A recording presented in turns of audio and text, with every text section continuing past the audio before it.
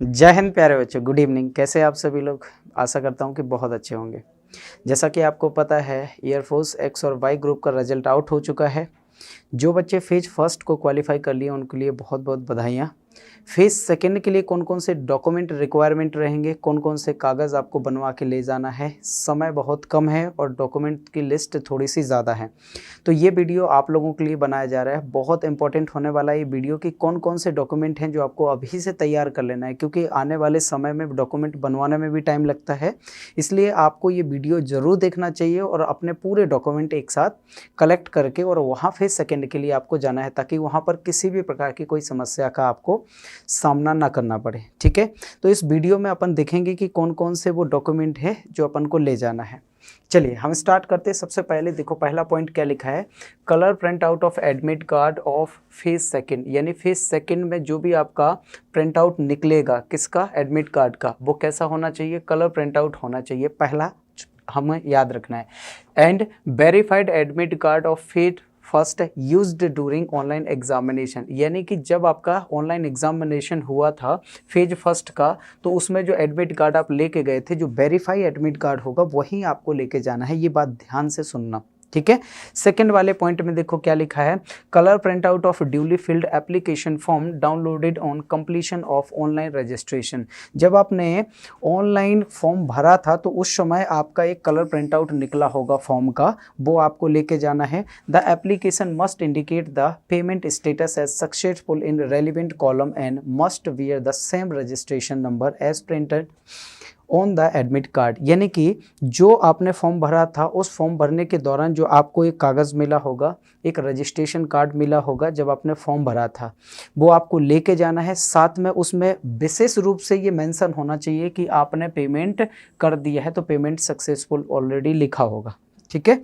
अगला तीसरा पॉइंट आपको क्या याद रखना है, थर्ड पॉइंट में आपको HB पेंसिल लेके जाना है, इरेजर लेके जाना है, शॉर्पनर लेके जाना है, ग्लू स्टिक लेके जाना है, स्टेपलर लेके जाना है, ब्लैक या ब्लू वॉल पेंट आपको लेके जाना है। ये अपने से कैरी करके ले जाना है, एक भी चीज़ इसमें से आपको मिस नहीं करना है। अगली और चीज़ क्या लेके जाना है, 10 copies of unattested recent which was used for the online application registration, passport size colour photographs. देखो मैं फिर बोल रहा हूँ, यहाँ पर लिखा है 10 कॉपीज़, लेकिन 10 की जगह आप ना 20 कॉपीज़ लेके जाइए। क्यों ऐसा बोल रहा हूँ? क्योंकि ये तो फेज सेकंड में आपकी 10 कॉपीज़ फोटोग्राफ्स की लगेंगी। वो फोटोग्राफ्स आपको लेके जाना है जब आपने ऑनलाइन फॉर्म भरा था, उस फॉर्म में जो आपने फ़ोटो लगाई होगी उसी फ़ोटो के आपको 10 कॉपीज़ लेके जाना है। अच्छा, एक और चीज़, अनअटेस्टेड होना चाहिए। ये कैसे होना चाहिए? अनअटेस्टेड होना चाहिए।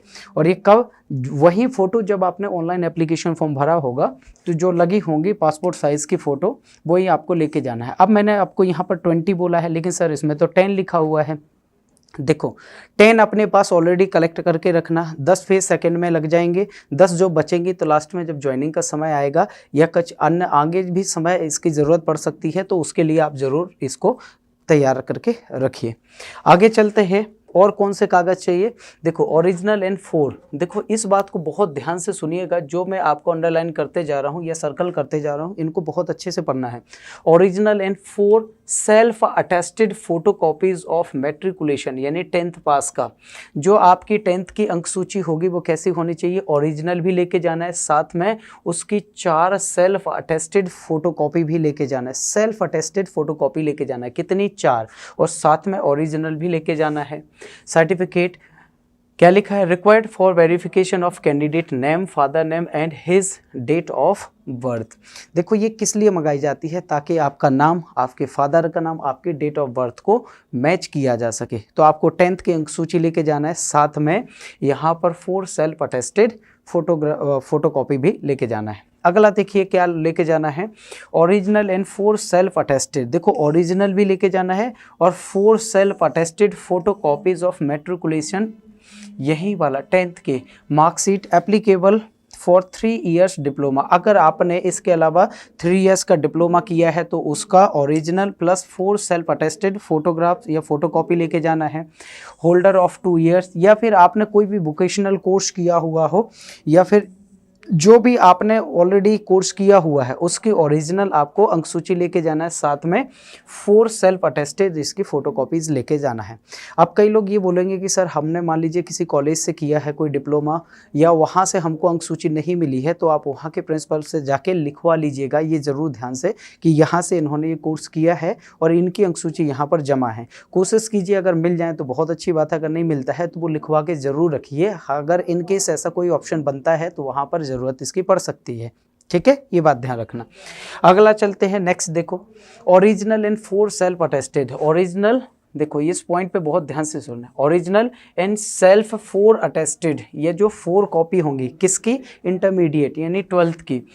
12th की आपको जो 12th की आपकी अंक सूची होगी वो ओरिजिनल भी लेके जाना है, सेल्फ अटेस्टेड भी लेके जाना है। कितनी कॉपीज, 4 कॉपीज। बट यहाँ पर जो 4 लिखा हुआ है 4 की जगह आप 5 या 6 भी लेके जा सकते हो, तो 1-2 एक्स्ट्रा आप लेके जाइए जिससे आगे कोई दिक्कत ना आ जाए। आगे लिखा है examination passing certificate and marksheet. ठीक है, original in 4 self attested photocopies of 3 year diploma. अगर इसके अलावा ओरिजिनल आपको अगर कोई डिप्लोमा किया है तो उसकी आपको ओरिजिनल कॉपी लेके जाना है, साथ में 4 सेल्फ अटेस्टेड कॉपीज भी लेके जाना है।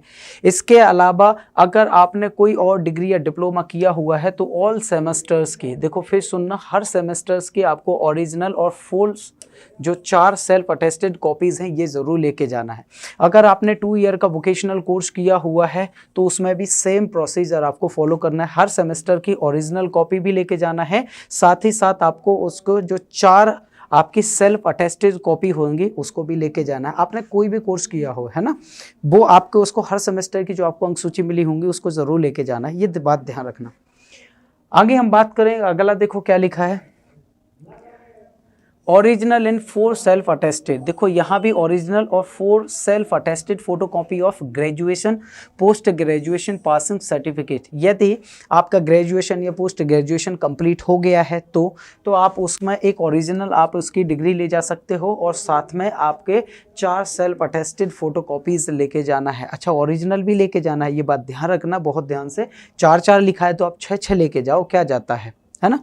अगला चलते हैं नेक्स्ट, और किन चीज़ों पे ध्यान देना है, देखो serving NCs certificate for COAFP children of air force personnel certificate for the children of serving retired, ठीक है, deceased year Indian civilians employees paid out of defence estimates are due to downloaded as the case may be form of downloaded section of CASB web portal and brought along while reporting of phase second at the examination after signature and stamp of the issues authority.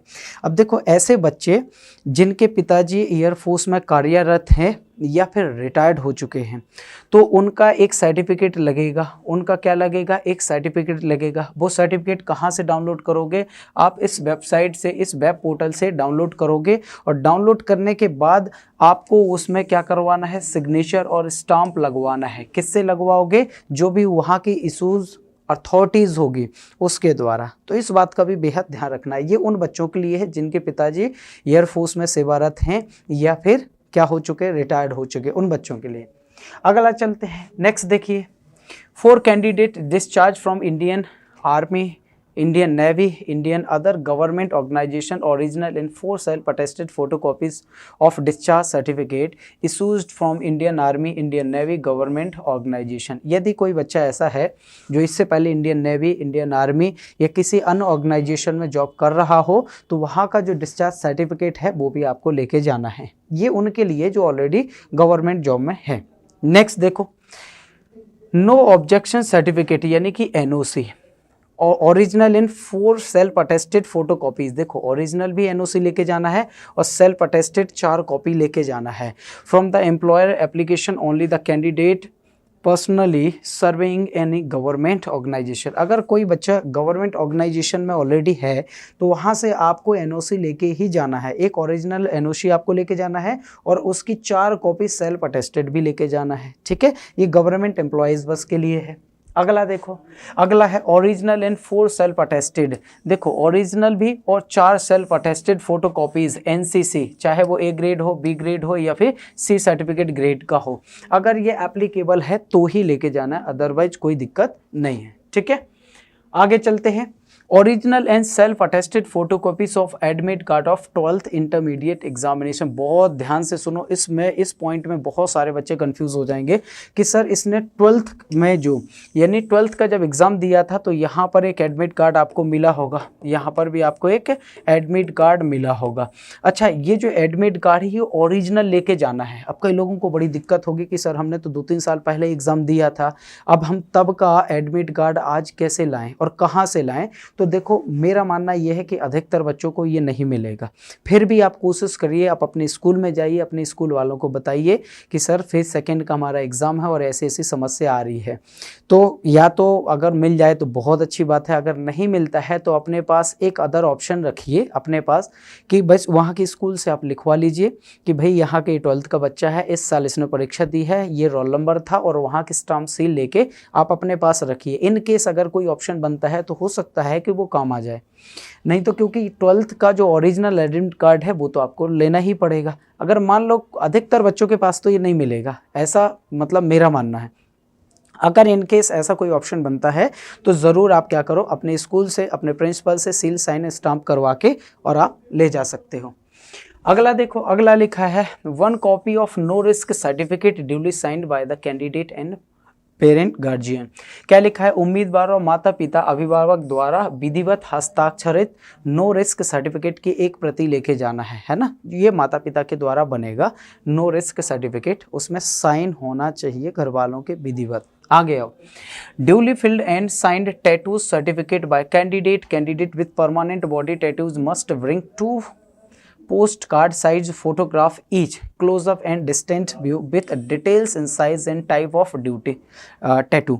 Actually में अगर किसी का permanent tattoo है body पर तो आपको क्या करना है, एक टैटू का सर्टिफिकेट बनवाना है ना। डाउनलोड हो जाएगा टैटू का सर्टिफिकेट। उस टैटू के सर्टिफिकेट में आपको ना 2 फोटोग्राफ्स लेने हैं। मान लीजिए किसी का इधर अगर टैटू है तो एक फ़ोटो बिल्कुल पास से, एक फ़ोटो थोड़ी से दूर से, 2 आपको फ़ोटो लेना है और टैटू का सर्टिफिकेट भी लगेगा। ये बात ध्यान रखना अगर टैटू है तो।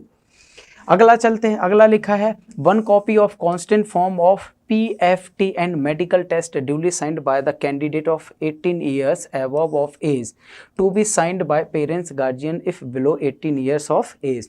यदि उम्मीदवार की आयु 18 वर्ष या उससे अधिक है तो PFT और मेडिकल टेस्ट के लिए सहमति पत्र की एक प्रति उम्मीदवार द्वारा हस्ताक्षरित होनी चाहिए। यदि उम्मीदवार की आयु 18 वर्ष से कम है तो माता पिता अभिभावक द्वारा हस्ताक्षरित होनी चाहिए। अगर आप 18 साल से ज़्यादा हैं तो आपको PFT और मेडिकल टेस्ट के लिए आपको एक सर्टिफिकेट लगेगा, और अगर 18 साल से कम हो तो माता पिता के द्वारा लगेगा ये। नेक्स्ट देखो क्या है, candidate with any additional skill qualification achievement in field of including but not limited to information technology, motor vehicle driving licence, hospitality, logistics, accounting and sports are required to immediate the same to requiring officer and furnish certifieds या certificates in support in the same. देखो actually में है क्या, जब आपने form भरा होगा तो आपने एडिशनल एक्टिविटीज़ में कुछ लिखा होगा कि सर हमारे पास ड्राइविंग लाइसेंस है, या फिर आपने अन्य एक्टिविटीज़ में जो भी लिखा हो तो उसका सर्टिफिकेट यहाँ पर आपको इंक्लूड करना पड़ेगा। ये बात ध्यान रखना। आपने अगर हो सकता हो अंदर भरा हो कि भाई आप ड्राइविंग लाइसेंस लगाओगे तो वो भी आपको ले जाना पड़ेगा। तो जो भी आपने वहाँ पर एडिशनल स्किल भरा होगा उसका सर्टिफिकेट आपके पास होना जरूरी है। जो भी भरा हो वो अपने हिसाब से देख लीजिएगा। अगला देखिए, minimum acceptable height for women candidate 152 centimetre. देखो मिनिमम जो एक्सेप्टेबल हाइट है ना किसकी, वोमेन की, ये लगभग 152 सेंटीमीटर, और नॉर्थ ईस्ट स्टेट या हिली रीजन उत्तराखंड है या लोअर मिनिमम हाइट 147 सेंटीमीटर होना चाहिए। ये बात आपको ध्यान रखना है। देखो महिला उम्मीदवारों के लिए न्यूनतम स्वीकार्य आयु या ऊंचाई जो है 152 सेंटीमीटर। उत्तर पूर्व राज्यों या उत्तराखंड के पहाड़ी क्षेत्रों से संबंधित उम्मीदवारों की जो हाइट है वो 147 सेंटीमीटर की न्यूनतम ऊंचाई स्वीकार की जाएगी। लक्षद्वीप के उम्मीदवारों के मामले में न्यूनतम ऊंचाई 150 सेंटीमीटर होगी। हालांकि उत्तर पूर्व उत्तराखंड लक्षद्वीप के पहाड़ी क्षेत्रों के निवासी होने के कारण ऊंचाई में छूट का लाभ उठाने वाले उम्मीदवारों को चरण सेकंड यानी फेज सेकंड में परीक्षण के दौरान निवास स्थिति के समर्थन के साथ साथ निवास प्रमाण पत्र प्रस्तुत करना होगा। इसके अलावा उत्तराखंड के पहाड़ी क्षेत्रों के उम्मीदवारों के पास अपने निवास प्रमाण पत्र में पहाड़ी क्षेत्र का विशिष्ट समर्थन होना चाहिए। देखो एक्चुअली में यहाँ पर बताया गया है कि सर उत्तराखंड, लक्षद्वीप या फिर नॉर्थ ईस्ट के जो स्टेट हैं वहाँ पर जो हाइट में छूट दी गई है, ऊंचाई में छूट दी गई है, ये आपको फेज सेकंड में तभी इसका फायदा मिलेगा जब वहाँ का आप अपना निवास प्रमाण पत्र लगाओगे। साथ ही लास्ट में एक और चीज़ है कि भाई साहब उत्तराखंड के पहाड़ी क्षेत्रों के उम्मीदवारों के पास निवास प्रमाण पत्र में पहाड़ी क्षेत्र का विशिष्ट समर्थन होना चाहिए। यानी कि जो भी आप निवास लगा रहे हो वहाँ पर पहाड़ी क्षेत्र का विशेष तौर पर मेंशन होना चाहिए, तभी इसका आपको फ़ायदा मिलेगा। ठीक है, तो ये वो सारी चीज़ें हैं जो फेज सेकेंड में आपको लेके जाना है। इसमें एक भी चीज़ आपको मिस नहीं करना है। ठीक है, क्योंकि फर्स्ट फेज़ निकालने वाले विद्यार्थी जब सेकंड फेज़ में जाते हैं तो बड़ा कंफ्यूज होते हैं कि डॉक्यूमेंट में क्या क्या लेके जाएं। ये सारे के सारे डॉक्यूमेंट आपको अभी से बनवा लेना है क्योंकि समय बहुत कम है, डॉक्यूमेंट थोड़े से ज़्यादा हैं। कुछ डॉक्यूमेंट ऐसे हैं जो मैंने आपको बोला ना कि हो सकता हो कि थोड़ा सा देरी हो जाए, तो आपको मैंने एक रास्ता बता दिया कि वो बनवा के ले जाओ। शायद मान लीजिए अगर वो नहीं होता है तो इसको एक्सेप्ट कर लें शायद। ठीक है, तो इस तरीके की जानकारी के लिए आपको फोर्स डिफेंस एकेडमी के साथ बने रहना है। जय हिंद, नमस्कार।